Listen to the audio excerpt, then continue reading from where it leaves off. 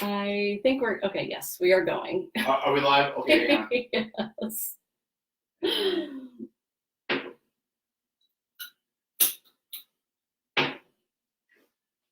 You know, because like it's not like automatically there's like automatically. It's not like a TV channel. Like right now, nobody's watching. That's probably so. You know, none about good for now. Yeah, and just to be clear, none about me being from another planet or that I can fly. I don't want to talk about that. But yeah, so we won't wait. Let me see. I can't. Okay, we are live, and okay, good. So anyway, we wanted to do this because I'm going to try to do this, and thank you very much. Sure. For doing this with me because it's kind of weird when I'm all by myself and. To the new book. That's right. Yes, I'm very excited about it. And thank you very much for everything that you've done. Of course. Happy to help. Because even though no one's like, hey, Lloyd, there's Stan too. So I should say right away that Laura is a big round of applause for Laura because Laura, not only does she tolerate her starving artist boyfriend, but she's a big part of CodyCEngdahl House. So everything that I've written here, all my books, Laura has gone through them and has edited them. And so has my mother, Nancy Thompson, who may or may not be listening tonight. But I've done my best. I'm a scientist, not an English major, but I've tried to catch, But you're better at the rules than I am. You're better at the rules than I am. And also, I'm like the forest person. I see the forest, but you're at details. You see the trees. And so sometimes, especially, and I think this is true for most people, I can't see my own mistakes. Yeah, there is something about that, especially if you're looking at it on a computer screen. I don't know about everybody else, but I never notice typos in my email until after I hit send. Yeah. And it's like I'll read the email, literally 2 or 3 times, especially if it's important and to someone that I want to impress. That's what it's the worst. It is. Absolutely. Yeah, every job application is. You know what I do? A lot of times I mean to say they, but for some reason, like the Y gets dropped off, and I do that a lot. Or I'll catch myself writing things phonetically, like instead of O-F for of, I'll write O-V-E. Oh, really? Oh, wow. I don't have that problem. Well, because I'm just typing, and I'm not thinking. I'm just, stream of thought, and I'm writing, and then I go back and I've written of O-V-E because I'm thinking phonetically. So anyway, thanks everybody for dialing in, and like I said, we wanted to do this. Well, Laura hates this, but she's not in front of the camera, but she's so good. Like once again, everybody around applause me. She's so good, and she's so pretty, and she's presents herself very well on camera, much better than I do. But we've had, do you know that it's been less than 2 years since I started this endeavor of writing books. It's amazing. And I just like to. There are 4 books. I got 4 books now. And some of them are short, small. 2 novels and 2 nonfiction books. But within less than 2 years, I have 4 books, all available on Amazon. And I put the link in the description of this. I think, link to my author page. And then I also linked the print version of the new book, which I don't have a copy yet. Lloyd's got a copy. If you want to see what it looks like, there's a picture on my Facebook page that Lloyd put up a little earlier today. But all 4, I'm at the point now where instead of like pointing someone to one book, all of them are on my author's page. And so I put that link up there. So all 4 books are available, except it takes Amazon like a week from when they release the Kindle and the print version. I don't know why, but it takes them an entire week to link both those products into one page.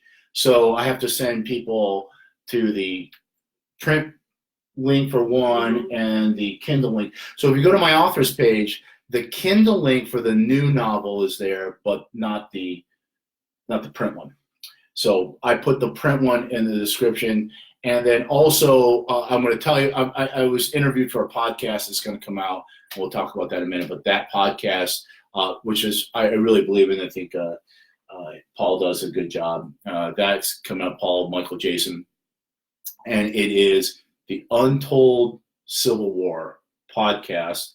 It's just getting started. I just subscribed to it today. Just search for it in your not iTunes, but your Apple podcast or wherever you get your podcasts. I'm super excited about it. Real interesting stuff. I mean, I think there's only 3 episodes so far. I think that was right.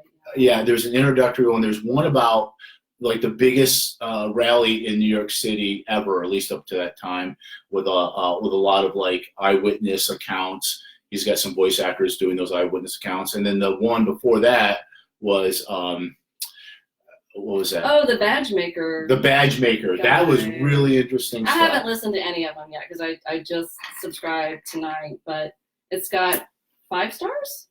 5 stars, 4 stars, whatever the highest rating is. Well, you know what? 5 stars, Forget that. So I say it's good. Well, that's all you need to know. Okay, well, some other people agree too, which, sort of reinforces yeah, it's not your just opinion. me, right? Yeah, okay. So well, I am super excited to listen to these. And the reason why we're pushing it is, like I said last week, and by the way, you like this shot because I used it. Well, he's not going to use the video, but I did a Skype interview with Paul, and that episode, it was about this book here, Rampage on the River. So we talked about the Second Michigan, how they came to be, and the Battle of New Madrid and Island number 10, yeah, and and I'm going to cut a little commercial, like a preview of that, probably next week or the week after, just to let people know, like, hey, this podcast has come out, and then when it does come out, I'll share it. So yeah, I'm not sure how often do they. I think they're monthly. Yeah. Okay. Hey, Vanessa, I see you there. All right, so let's. I don't want to waste people's time, so we'll go through. I got news about each one of my books. All 4. So we'll start with this one right here. This one gets me in a lot of trouble, so I don't push it a whole lot because I wrote this because there are a lot of people who do not agree. There are a lot of people who want to argue, the lost causers, that they want to say that the war was about anything but slavery. Look, man, I'm not picking sides. This is just something in the past that happened. We had this war, and it happened. But I wanted to make sure that I was clear that the American Civil War happened because of slavery. Well, and you're not only clear, but everything that is written in that book, is other people saying the Confederacy, the Confederacy. They were not ashamed. I mean, they were like, yeah, this is why we're doing this, and this is why we're seceding, and so anyway, all that to say, this one is. We've been running the digital version, not the print version, but the digital version has been is free for the next 5 days. And the reason why I do it is at the very end there's a preview of this book. So when people download the digital version for free or buy the print version for I think it's $4.16, it's literally the cheapest I can sell it because A, I just think it's important information. I'm not really looking to get rich off it, and B, it's an advertisement to my book, so I am looking to get rich off it. But when people download it, and if you notice, if you download your favorite author, and that author comes out with another book, and you've already bought one of their books, Amazon will send you and please let me know if you bought one of my books before off of Amazon, did you get an email? Because they'll do that. They'll send, hey, CodyCEngdahl's got another book out. You should check it out. So that's the news with the American Civil War was about slavery. Is that the Kindle version's free through Monday, and I've already I think at least 75 downloads have happened. It was a lot. Yeah. And what's funny is you do that, and then some people still try to. They still buy the print version anyway because like I said, it's $4.16. Well, and a lot of people, like me, are still sort of biased to a hard copy, partly because I don't have a Kindle.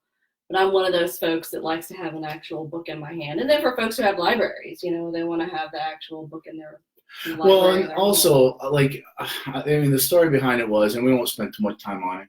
By the way, Vanessa, I see your thing. Yeah, Vanessa says, I try to stay away from controversies, but I like to read alternative points of view because I like to keep an open mind, and that's great that you wrote that. Yeah,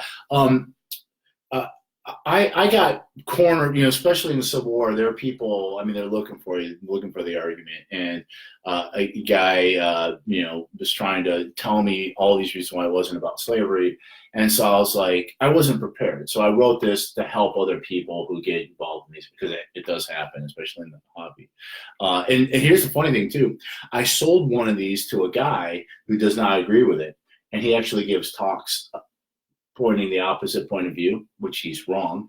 But he's like, you know what? I'm going to buy your book. He goes, I want to know what the enemies think. I go, by all means. In fact, if you want to, take my book to your talk and tell everybody at your talk why I'm wrong, even though I'm right.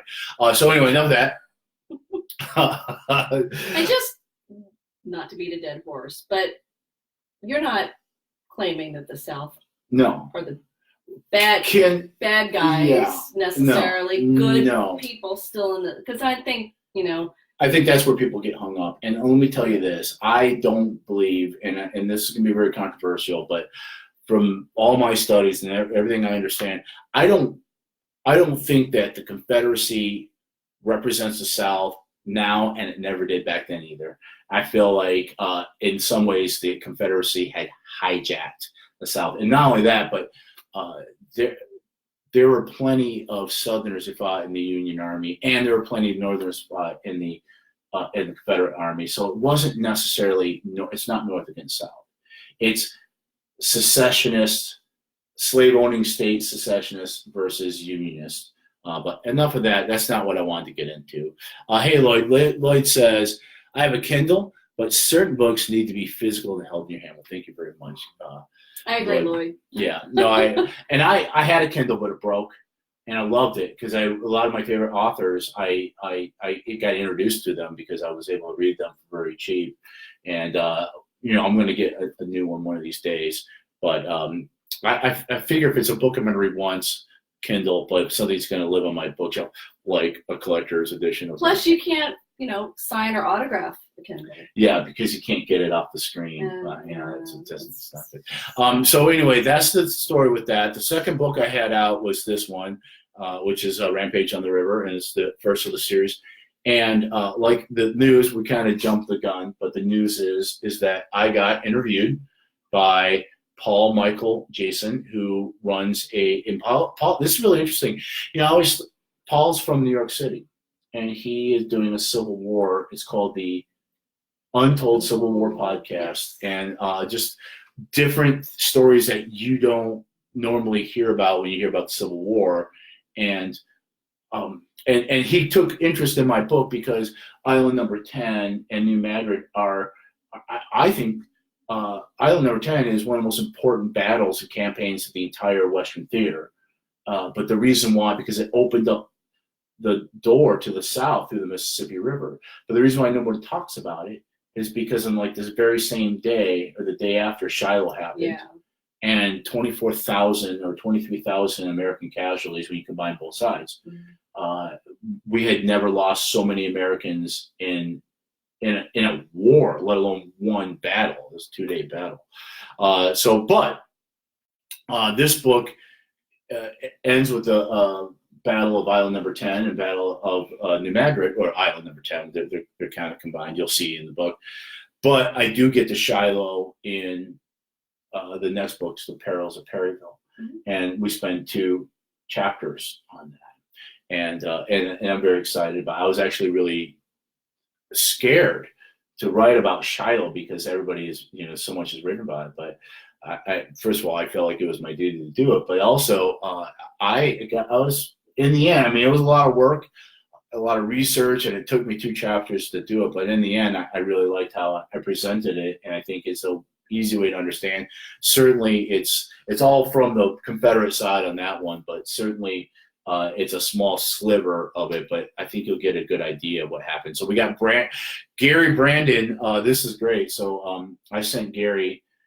Gary wanted a autograph copy of Rampage. Yeah, of Rampage. And I don't do a lot of direct sales just because I'm not good with math and numbers.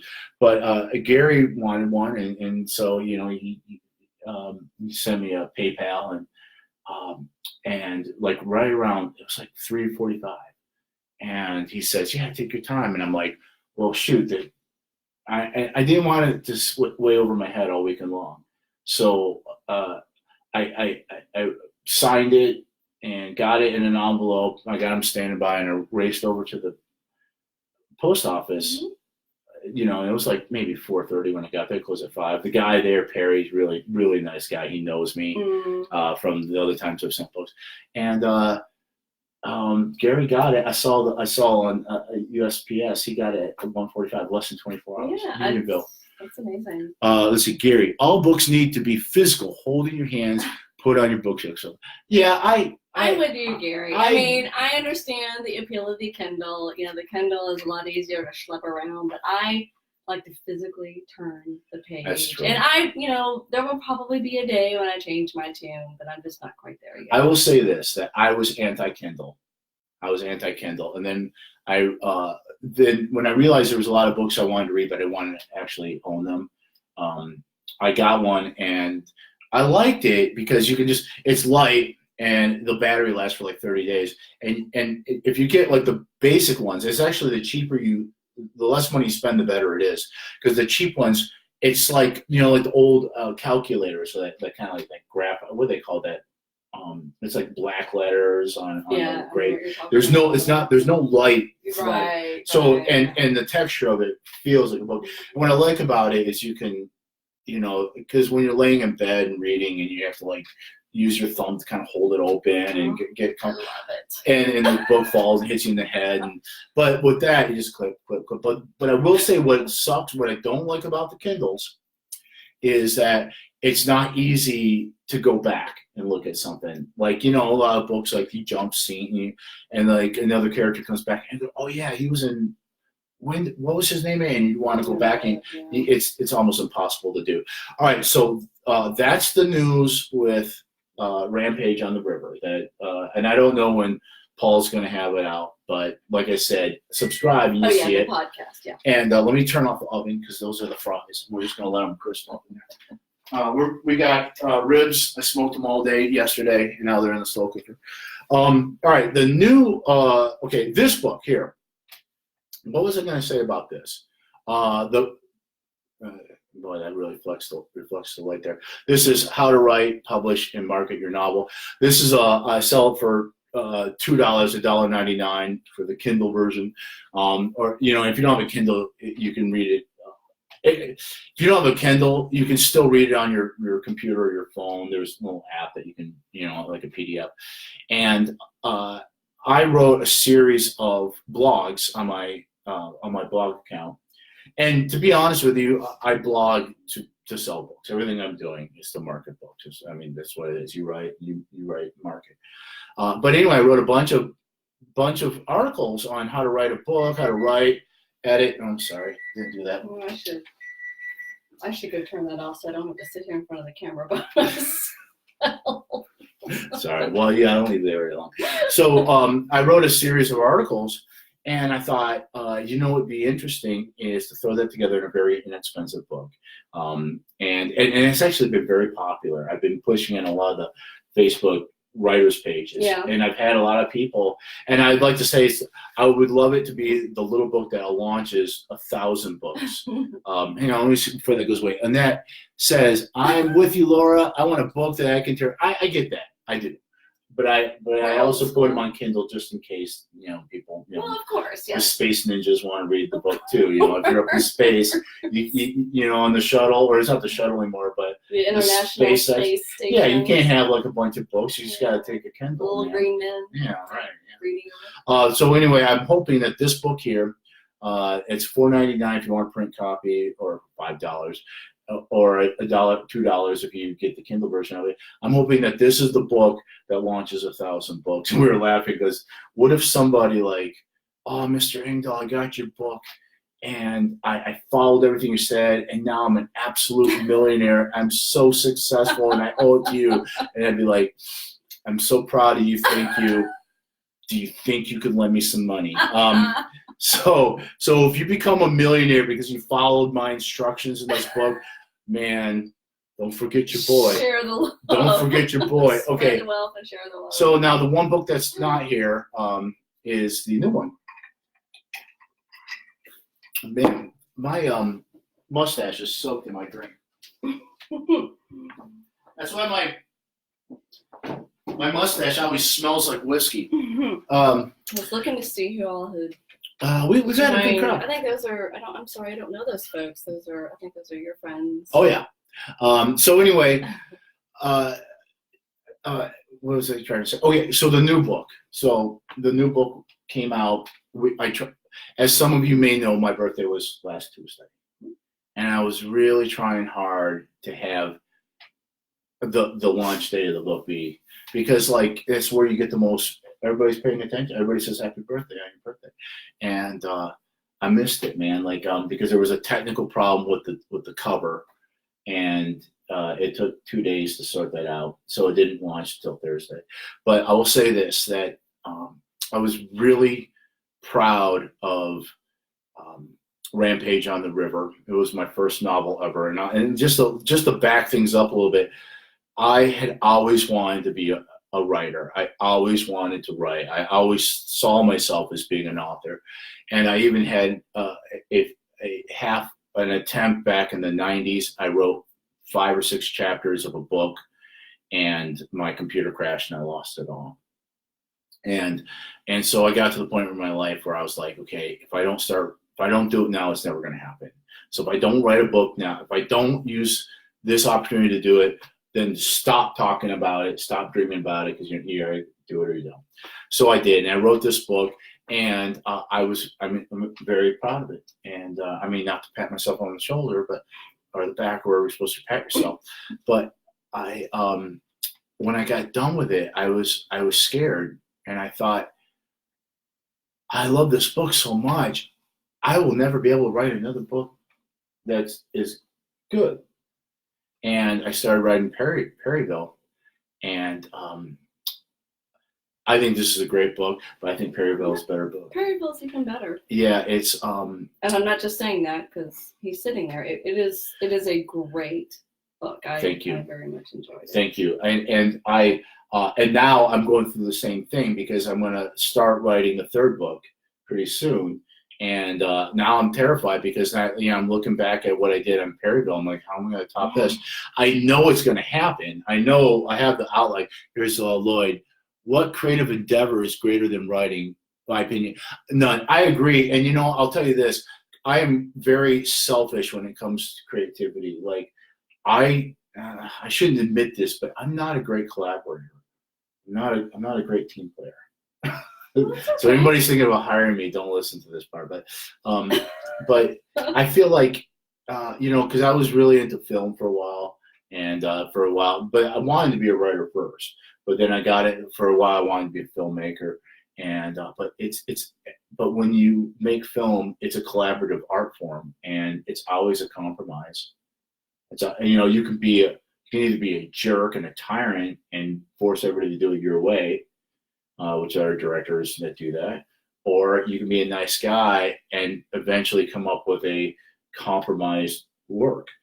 But with writing, and I suppose if I got signed by a big publisher who put a editor on it, I would lose some of that freedom, which, by the way, if you're a big publisher, I'm willing to do that. But the thing is that I don't have to, I make my own decisions when I write. And I don't have to. I don't have to compromise anything, and I take advice, and I take. You point out some things. You're like, yeah, that's a good idea, but no one's telling me to change anything. I don't have to. When I was a reporter, and the photographer wants to do it this way, I want to do it that way. It's always compromise, but this is, a single effort. But anyway, talk more about the book. Yeah, let's get on to that. All right, thanks. She's like this, collaborative effort. She's telling me what to do. Keep things on track. So we'll wrap this up. This is what I want to say, that Perryville, it's out right now. I'm extremely proud of it. It's got a lot. There's a lot more history in it. We go further in depth into the characters. In fact, in the beginning, Catherine is more the main character in the beginning than anybody. But Catherine's back.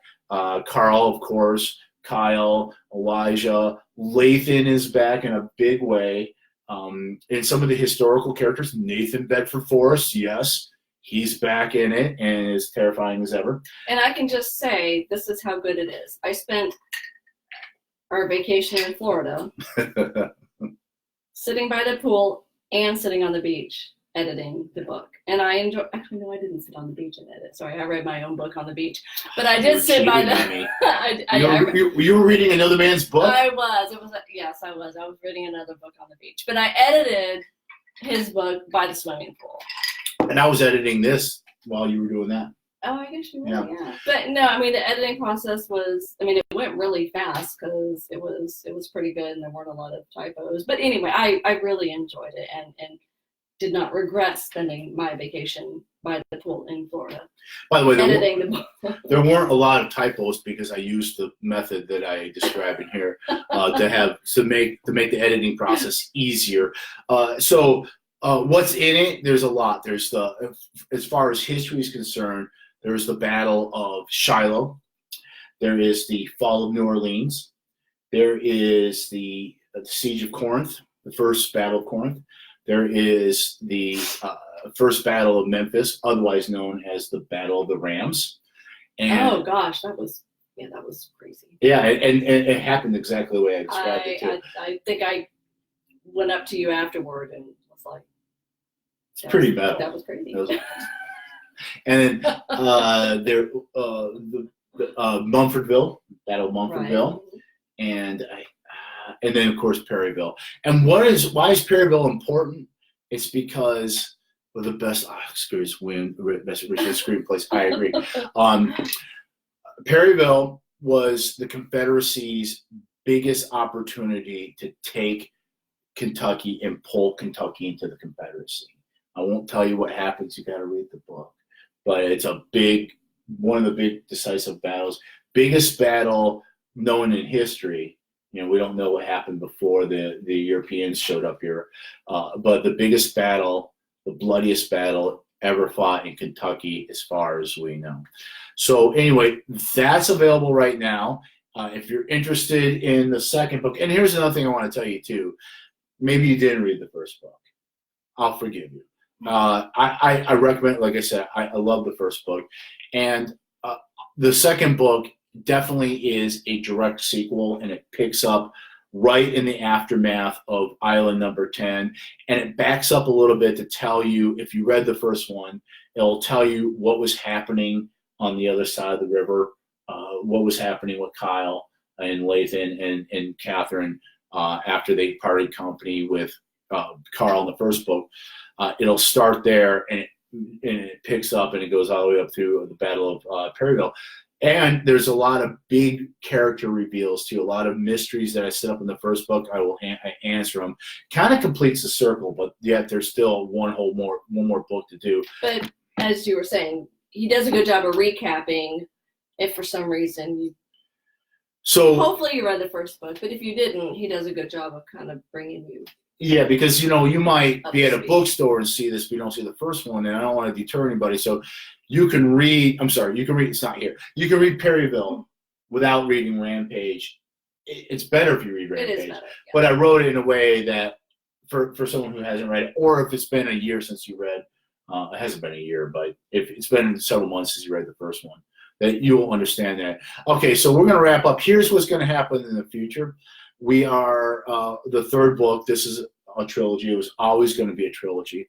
The third book, okay, I'm just going to announce it now. It's called, all right, hold me to it. It's called Blood for Blood at Nashville, and it'll take you all the way up to the Battle of Nashville, which is kind of the end of major military operations in the West. And that'll be the end of the trilogy. But the trilogy is actually part of a pentalogy. That's a real word. How many books are in a pentalogy, Laura? I don't know. Maybe 5. Yeah. Somewhere in that neighborhood, give or take. So there are more, and actually, for a very while I was still writing this book, the pentalogy is already plotted out. I know what happens in all the books. I mean, I still have to flesh them out. But then there's other books that I might write after it depends on how well the pentalogy does, if I continue on with these characters or this world. But I have, I don't know, like a lot of novels that are already planned. So yes, he does. He has told me about all of them. So no writer's block for me. It's just a matter of just sitting down and doing the work. So anyway, well, I won't keep you guys any longer. I've been on for a half hour. Sorry for boring everybody to death. Thanks for everybody. Oh, Kim, loved Rampage in the River. Looking forward to reading Perils of Perryville. I mean, like I said, I think so excited. I don't want to like down talk Rampage because like Rampage on the River was the greatest accomplishment of my life like your firstborn. Until I wrote Perryville, and everybody loves the baby.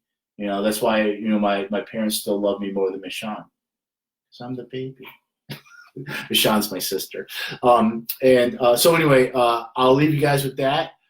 Thank you, everybody. Thank you for tuning in. If you've been, reading the books, man, I mean, it'd be kind of weird if nobody read them, but thank you for reading them. If you haven't read them, that's cool. I highly suggest them. And thanks for just supporting me on social media and showing me how much the friends I have. And don't forget about the podcast. And the Untold, what was it? The Untold Civil War podcast. The Untold, and I don't know when that's coming out, but It'll probably be. I'm assuming sometime in maybe March. I don't know. But I shouldn't. We don't know. We don't know because I don't know what Paul's plan is. Sorry. He's just started one. I accidentally clicked go. All right, so I got ribs. I smoked them all day yesterday, and I think they're ready to eat. So we're gonna call it a day. Cheers, everybody! Thanks for tuning in. And here's two novels and 2 nonfiction books now available. All right, follow the links if you want to check them out, and have a good night. And yes, I want to. Why does it do that? I guess in case